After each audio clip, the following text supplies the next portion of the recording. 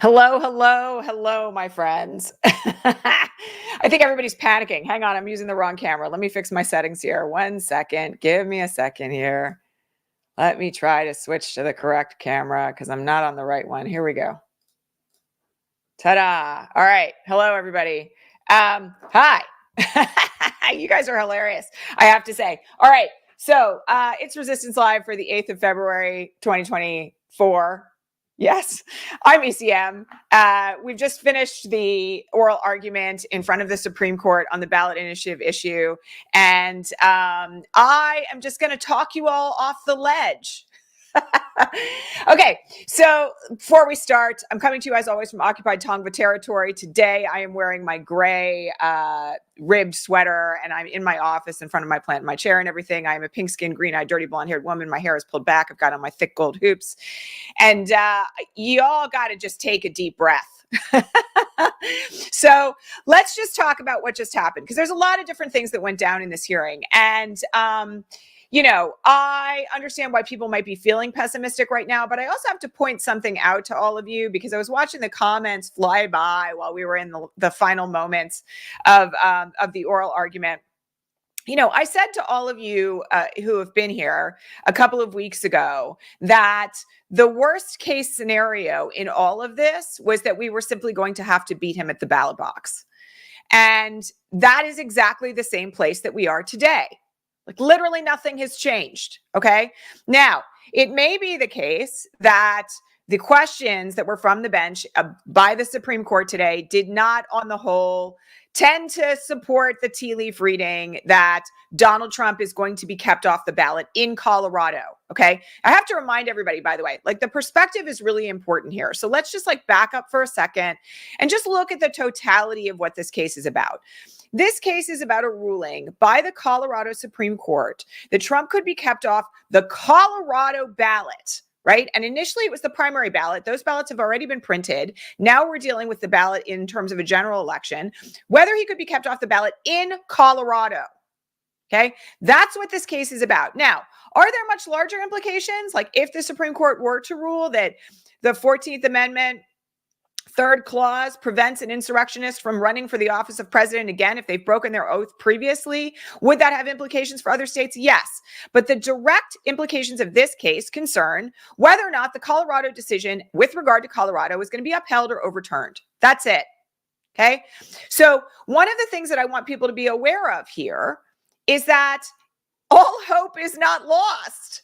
You know, and I have to say that while I certainly share the disappointment of the way that some of these questions went, particularly the questions from Judge Ketanji Brown Jackson, I have to say of all the things that I was going to predict here, I was not prepared to predict that Judge Ketanji Brown Jackson was going to be questioning whether or not the office of the presidency constitutes an officer of the United States under the third clause of the 14th Amendment. She's very hung up on that, on the basis of the questions that were asked this morning. So one of the things that is up in the air now is whether or not there are additional issues that might prevent the liberal justices from signing on to the Colorado decision, separate and apart from the issue of insurrection. There are questions about that. And they were raised not just by Justice Jackson, but also by Justice Kagan and others. Okay. So one of the things that I want people to just be mindful of here is that this is a case of first impression on a very serious issue of constitutional law. I said going in that, you know, we knew we had lost Alito and Thomas, that the other justices on the conservative bench were up for grabs, that my assumption was that Sotomayor and Kagan were going to be in favor of upholding the Colorado decision. Sotomayor, and I said Jackson. I think that Sotomayor and Kagan are still in that role. The question is about everybody else. Okay. And I have to say that, you know, unlike many of you, right, one of the things that is beneficial about being an attorney is that you can see this through the lens of the larger significance of losing this case. Okay. And we don't know the basis on which they're going to lose either. I mean, if that's the assumption that we're making right now, you know, it could be a determination that the loss is because it wasn't an officer. It could be a determination that because the president wasn't included in the clause, rather. It could be a determination that this is an issue that only Congress has the ability to uphold, which, by the way, everybody leading up to this, including myself, Neil Katyal, Andrew Weissman, everybody believed was the weakest possible argument that could be made. Judge Ludwig was out there saying, like, I can't believe they made this argument about holding the office versus running for the office. Well, that's the argument that Trump's lawyer led with this morning. And Alito really seems to like it. But then again, Alito is Alito. So one of the things that I just want people to understand in this regard is that one of the things that does happen in Supreme Court oral arguments is that sometimes justices ask questions that are designed to find a way to eviscerate the arguments that they know that people on the other side of them are holding. So it's a little tougher to predict what Justice Jackson, for instance, was doing here. I will say the same in the context of certain other questions that were asked about the role of Congress versus the role of states' rights. Yes, there is a huge irony in the fact that, all the conservative justices seem to be at one point arguing that the states, ruling on their own election laws would create chaos, when that's exactly the format that they agreed to in Dobbs with regard to abortion. And yes, I also think that there are serious reasons to be, I don't know, I'll just say disappointed. That's not really the word I would use at the moment, about the fact that, they will tilt the interpretation of states' rights to their own ideological whims. On the other hand, I am not really surprised by that. Okay. So, again, one of the things that I think is the big takeaway here is, of course, that we will not know what the decision is until it is issued. And yes, the Supreme Court does know that they are on a very urgent timetable.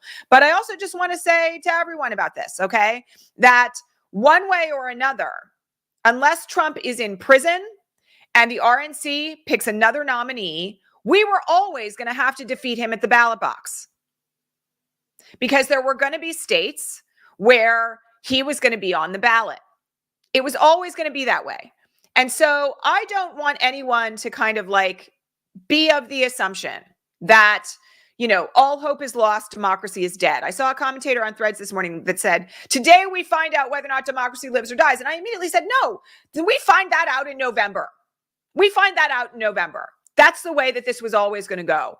It might not have always gone that way with regard to Colorado, but that's how it was going to go in the majority of the United States of America.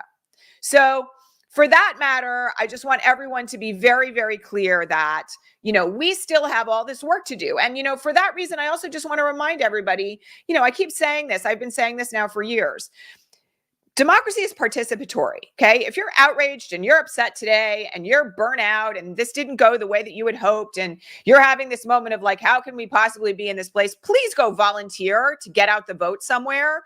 Go to a campaign that you care about, or support a candidate that you care about where you live. Make sure that you are doing everything that you can to fight for the reelection of Joe Biden, and for that matter, for progressive Democrats up and down the ticket.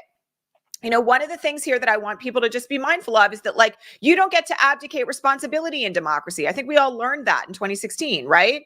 So from that perspective, it's really critical at this point that we continue doing the work. Okay, I want to clarify for everyone this issue of what constitutes an officer of the United States. So there was a big debate this morning under the language of Section 3 of the 14th Amendment about the fact that the president and the vice president are not explicitly named in the clause. There are, by the way, members of Congress are, but there is, it says officers of the United States, officers of the United States. And so the question that was being raised was whether or not, if the office of the presidency isn't actually named in there, but other offices are, is the presidency, was it intended by the folks who wrote Section 3 of the 14th Amendment after the Civil War, was it intended that the president would be included in that? Many of us, myself, Neil Katyal, others, thought this was a no-brainer. George Conway, no-brainer, right?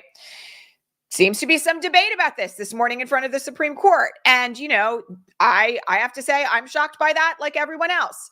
One of the things that I also just want to mention here is that for the folks who are asking the questions, if this doesn't constitute enough to remove him from the ballot, what does? Well, this is the reason why we heard so much argument this morning about the procedural implications of Section 3. Many of you probably heard all this language being thrown around about self-executing. Does it mean what it says it does, right? Is it the fact that simply if you are an insurrectionist, you don't get to be on the ballot? Who enforces that, right? The argument that was being made by Trump's lawyer is that Congress enforces that, which makes no logical sense to me. I don't really get it. And also Trump's lawyer made this crazy argument that if an insurrectionist is elected to the office of the presidency, then lower officials can just simply disregard that person's orders, which of course, by the way, means that the entire federal government is not functional. So that argument doesn't make any sense either, right? But I think that where this might come down to is this issue of the presidency not being named explicitly in the clause of the 14th Amendment, because that, by the way, was the issue that Ketanji Brown Jackson was also raising. All right. So one of the things that I do want people to be very thoughtful about here, okay, is that there is any number of ways that this ruling could go. We do not know what the logic of the decision is going to be until the opinion is dropped. Okay. I am not going to speculate on the many legal issues that were addressed this morning. And this is one of the reasons why it was chaos, right? Like literally the justices themselves were all over the place on the issues that they wanted to talk about this morning in the context of this particular case. And I've listened to a lot of Supreme Court arguments. I've sat in on a few. I will just tell you that this is the most chaotic one I've ever listened to. I mean, it was like wild and all over the place. I'm also just going to say to everybody that, you know, those of you who are upset about how Gorsuch was behaving on the bench, this is how he behaves in relation to everyone. He is notoriously abusive to litigants in front of the Supreme Court. Yes, he was particularly over the top today, but he is arrogant and he is difficult. And I think that Murray, who was arguing on behalf of the Colorado voters, like stood up and did a fantastic job. I don't think he honestly could have done any better in that. Alito did the same thing. I have to say that the other thing that's very clear here is that the far right wing of the bench really doesn't want to talk about January 6th. Anytime that the issues of the insurrection, the factual findings in the Colorado trial court were brought up, they were cut off. And so, a couple of the things that I want people to just be mindful of here is that we do know, and this is no surprise, that the far right ideologues on the bench, of which I put like Alito, Thomas, and sometimes Gorsuch in that bench, and Kavanaugh has been more middle of the ground than we predicted on some things. So is Amy Coney Barrett. But I will just say that nobody should be surprised that they want to avoid that issue, nor that Alito was spinning out these insane hypotheticals that will never come to pass. Oh, somebody engages in a riot down the street from a state house. They call that an insurrection. People are removed from the ballot. It's just like a stupid point, right? Stupid hypothetical. That is not what is going to happen. Nobody's going to argue that because a couple of people protested down the street from a Capitol building, that constitutes an insurrection and anybody who was in that protest should be kept off the ballot. Nobody's going to make that argument, right? We're in a context here where there's a presidential candidate who incited an insurrection that sought to overthrow the votes of 80 million people. And now the question before the Supreme Court is whether or not that person should be kept off the ballot. So, I will just say that, we're not going to know how this turns out until it turns out. And I also think that I don't think anybody should have an expectation based on what we saw today that this is going to go in favor of Colorado. We just don't know why. All right. So set your expectations low, but also simultaneously don't take your eye off the end game. Right. I mean, I've been saying here over and over again that, it could be the case that he's on the ballot everywhere. Right. I'm just going to mention that before Crew filed this lawsuit last year, he was going to be on the ballot everywhere, right? And, one of the things that we need to be really clear on here is that it was always going to come down to us. Like I've said that now 3 times, but I just think it's really critical that people know that, all right? And by the way, you want to expand the Supreme Court? You want to raise the possibility of Justice Thomas being impeached for sitting in oversight on a case when his wife was an insurrectionist who funded buses to go to D.C. on January 6th? You want to have him impeached? You better be prepared to take back the House in like very large numbers and increase our lead in the Senate and reelect Joe Biden, for good measure. So, all of this is just really critical in terms of like where we have to focus our energy. Now, I want to remind people of one other thing here. Okay. This case is not the immunity case. And I do also want to point out that while I know a lot of folks are going to be very disappointed in the way this oral argument went this morning, the justices may take a completely different position on immunity. And I don't want anybody in this community or in this audience getting like uber cynical about the fact that, immunity is also a done deal, because I am not convinced that that's the case. And I have to remind you all that, let's just say hypothetically that the Supreme Court were to overturn the DC Circuit's decision on immunity earlier this week, it would mean that Joe Biden could execute Donald Trump in front of the White House on national television and never be prosecuted for it. Okay. That's not the reality. This is going to go. They're going to rule on Monday, Scott. No, we do not know when the Supreme Court is going to issue a ruling on this particular issue. They are on their own timetable. Yes, I think they understand the urgency of this in light of the importance of printing ballots. Okay. I am not at this point, going to make any predictions about the timetable of this decision, but I do think that expecting a ruling from today's case within the next 2 weeks is not out of the question. All right. Lori, I disagree with you. I think that Murray, on behalf of the Colorado voters, was exceedingly well prepared. In fact, I have to say that in all the Supreme Court oral arguments that I've seen where people have really been held to the fire, he stood up and did a better job than pretty much any of them.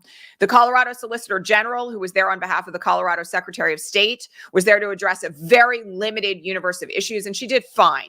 Okay. So nobody should be under the impression that the folks who were arguing on behalf of Colorado did a poor job today. Quite the contrary. In fact, I will just say that I think that the arguments that were being made by Trump's attorneys and his preparation and his arguments generally were way more scattered. I mean, many of you may not have noticed this, but a big chunk of what he's relying on is a case that isn't controlling in front of the Supreme Court. It's not a precedential case. He's relying on a circuit court case that, by the way, the justice who wrote it, who then ascended to the Supreme Court after he wrote that circuit court case, kind of disavowed in a future case. So he stood up there and said, and, let's just make it really clear on this point, said, first of all, Trump should be on the ballot, because the Colorado state exceeded its authority by ruling that he can't be, because Congress is the only place that can enforce the third clause of the 14th Amendment. Garbage argument. But then also said, and by the way, our guy has immunity because he isn't really an insurrectionist.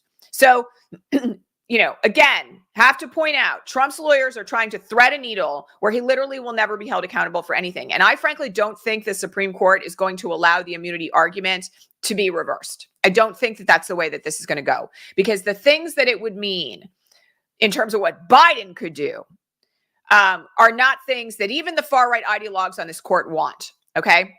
He could round up the entire Republican Party and drop them in Guantanamo. No criminal liability, right? Could literally, order the military to drop a bomb on, the RNC. No criminal liability, okay? That is not going to happen for the sake of Trump's immunity. All right. So one of the things that I also just want to add here is that for folks who are worried about write-in ballots and all this other sort of stuff, and I know we have a lot of new viewers here today, please hit the thumbs up on this broadcast, by the way. Please make sure you subscribe, because I'm here 5 days a week, 6 days a week if you become a paid subscriber over on patreon.com/resistancelive. But one of the things that you all know is that there has been extensive polling conducted. If you've been here, you know this. There's been extensive polling conducted on what happens if Trump is convicted of a crime. And if Trump is convicted of a crime, roughly 30% of the people who are in his favor right now will find a way to write him in. Okay. But that's only 30%. The remaining 70% of his base is going to vote for someone else. And there's actually been really interesting polling so far that shows that there's a chunk of that base that actually would vote for Biden if Trump was convicted. Don't ask me why. The logic of it doesn't make any sense, but the polls say that. So one of the things that I want people to be able to think about here is that, there's a number of dominoes to fall yet, all right, in the context of what happens in November, all right? And any number of them could fall, right? Even if Trump wins this round at the Supreme Court, and we can all be pissed off about it, I'm not going to tell you not to have your moment if and when that ruling drops, all right? Then the next thing that happens is immunity, okay? And we're still waiting on that. Trump has until Monday to file an appeal before the Supreme Court, or the case is no longer stayed. Judge Chutkan can proceed as she wants to trial. If he files on Monday and a stay is granted, then we're going to have oral argument Maybe, well, actually, we might not. We might have like a responsive brief on the issue of whether or not the Supreme Court should take an appeal. And then we'll have a Supreme Court determination on whether or not they're going to take an appeal. And then would have another oral argument if they do. All of this is up in the air, right? None of these things are necessarily going to come to pass. The other thing that could very easily happen is the Supreme Court says, nope, the DC Circuit's opinion is rock solid. It stands. President Trump has immunity, or doesn't have immunity rather. No president has immunity from criminal acts outside the scope of their official duties. That's the end of it.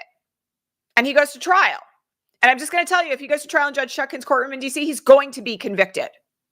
Like that, I would like bet my bottom dollar on. All right.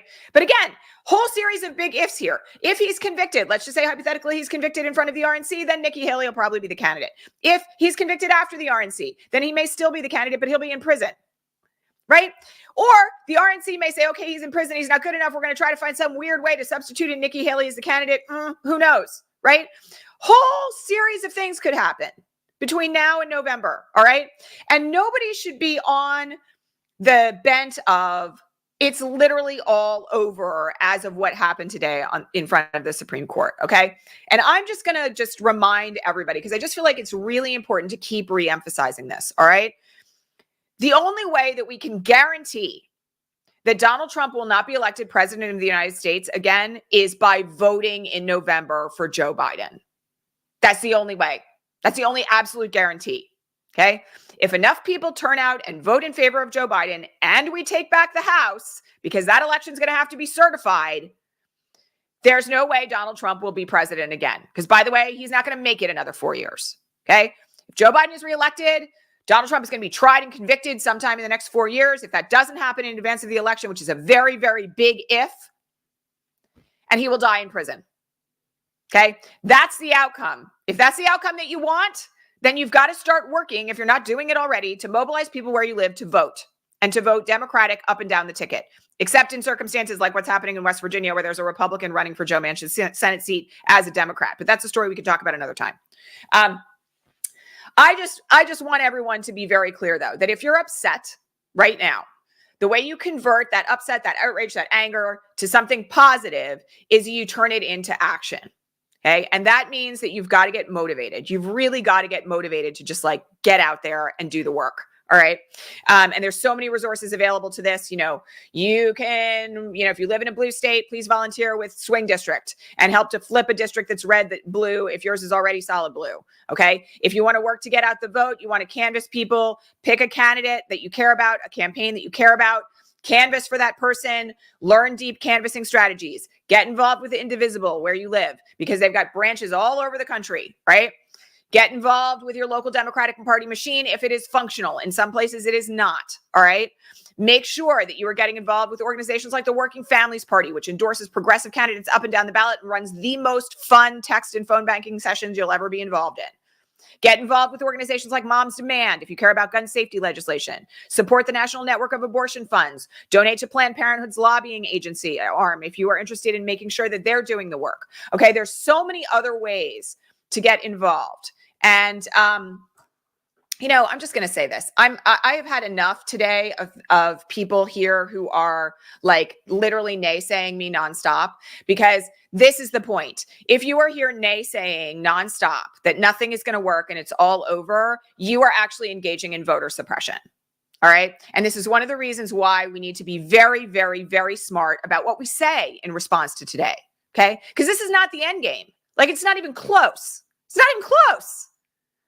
This is merely one domino in a whole series of dominoes that have yet to fall between now and November. And while everyone I know is probably very, very disappointed with the way that this oral argument went today, we still don't have a ruling. I will make some predictions. Like I've said, I don't think it's going to go very well, but the story is not over. And again, the way out of this, the only definitive way out of it, is to vote Donald Trump down at the ballot box and take back the House. Don't forget about that. We have to take back the House. 100%. That's non-negotiable, because if we don't take back the House, they can like arguably not certify the election. So make sure that you yourself today, and I'm going to ask everyone, there's 906 people watching this right now. Please hit the thumbs up if you haven't already, by the way. But I'm going to ask every one of you who's watching today to pick just one thing that you're going to do today to try to get out the vote. What's it going to be? Are you going to volunteer for a campaign that you care about? You're going to join your Indivisible chapter? You're going to join the Truth Brigade at Indivisible so you know how to counter disinformation? You're going to get involved with Swing Left or Sister District? You're going to get involved with other organizations that are out there trying to flip red districts blue because we need that? You're going to go to joebiden.com and hand over some of your cash? That's an option, right? There's any number of ways to get involved today to make sure that the outcome is the one that we want, okay? The thing that is not going to work today is stewing about the already far-right ideologues that we were aware of, right? Folks who took away medical care for more than 50% of America should they become pregnant. I mean, again, I still thought that we stood a chance, and we may still, I'm not going to write this one off until we're totally all the way home. But, this is what you need to do today. You need to get to work. You need to get to work. Because that, by the way, also will surround you with people who are committed to the same ideals, who care about what's happening, and will move the needle in the right direction. All right. That's where I'm going to leave it for today. Over on the Patreon feed, we had a bunch of other questions today about other issues. And I'm just going to tell you all that if you want to talk more about this, you have questions in the aftermath, you should head on over to patreon.com/resistance live and become a paid subscriber for as little as $2 a month. That's less than a dime a broadcast. And you can ask me questions in advance of every broadcast. And if I have time or they're relevant or they haven't been answered a million times before, I will answer them live on the air every day. All right. So that's it for today. I want everybody to keep their chins up. Please share this broadcast, like, subscribe, understand that, this is only one battle in a very long war. And, I hope I have quite effectively talked you all off the ledge. And also, Justice Clarence Thomas should be impeached, which we can do if we take back the House. He should be, because he shouldn't have sat on this case. And also, we also stand a chance of expanding the Supreme Court, which is something that I've been in favor of for years now. All right. So there are ways to fix this if we all just do the work. All right. Much love, everybody. Hang in there. Let's get to work if you're not doing it already. And I will catch you all back here live, regular time tomorrow morning, 9 a.m. Pacific, noon Eastern. If there's a need for an emergency broadcast because of any breaking news developments, you all know I will be here again today and every day. And I will catch you all. There. All right. Take care, everyone. Chins up, please. It's not over. All right. Bye.